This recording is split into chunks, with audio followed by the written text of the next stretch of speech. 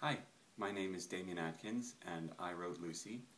I want to thank you all for coming to see the play today. I wish that I could be there. I'm sorry that I can't, but instead of being there in person, I thought I'd send you this little message. So thanks for coming to the show, and for everybody involved in the production, thank you so much for all the energy and passion that you've put into my play. It's really gratifying. It's really moving for me to hear how much time you guys have devoted to this production. I really appreciate it. I wish I could see it. I want to tell you just a little bit about how this play came to be, because it's a question I get asked all the time. People always ask me, do you have somebody in your family that has autism? And the answer is no, I don't. In fact, the play came to be because of a kind of amazing string of coincidences. I was hired to play a person with autism in this TV movie, a movie of the week.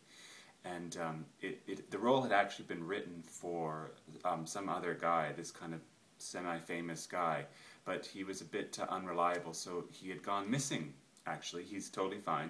He was found, but or he reappeared, but he had gone missing. And so the insurance company wouldn't insure him, so they had to find somebody in a hurry to replace this guy. So they did auditions and they hired me, and I didn't know what I was doing. So I got this job and I thought, well, I don't know anything about autism. So I went to the chapters at Bay and Bloor and I said, where's your section on autism? And they said over there, and there were, like 3 books. Now there would be, 20, 30 books. And I was standing there thinking, what am I going to do? I don't know anything. And I saw this guy across the room, one of those guys who was always so nice to me, but I couldn't remember his name. And I waved at him, and he waved at me, and he came over to me, and I thought, oh man, I don't, this is all happening at once. And he said, hey, what you doing? I said, I actually am looking for books on autism. And he said, well, you know that I teach autistic children, don't you? And I said, no. And he said, would you like to come with me to my class? And I said, sure. So he gave me his card, and I said, thanks, Larry. Thanks for your help. I'll call you. So the next week I found myself in his class, and I remember sitting there watching all these children with autism, and they were beautiful and strange and infuriating and wonderful and brilliant and odd. And I remember having this thought, you're not here just to research some part, you're here to write about this, you need to write about this.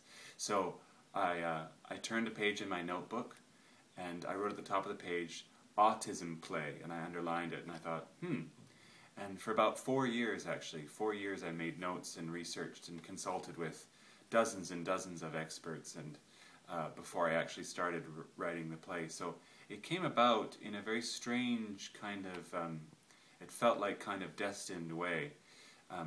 So that's how the play came to be. Now, of course, I know lots of people with autism and lots of professionals that deal with autism, but at the time it was just kind of a spark of inspiration. One other thing I want to tell you, just before you watch this play, is the most important aspect of this play for me is that Lucy, when I was writing the play, I did not want to write a play about rescuing the poor little autistic girl. I felt like that kind of play would be condescending.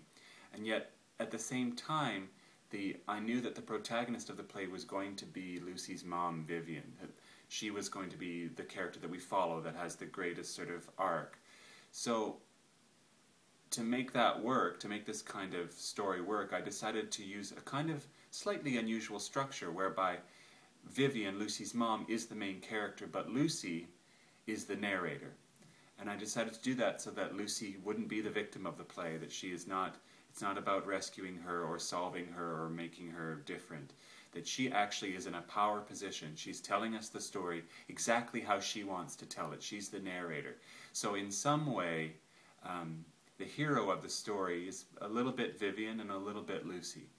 And that was important to me. And now when I think back on that first meeting I had with those kids at the Lillian Street School, the idea of making Lucy the hero of the story makes me feel good, because that's I think, a fitting tribute to those kids that I met.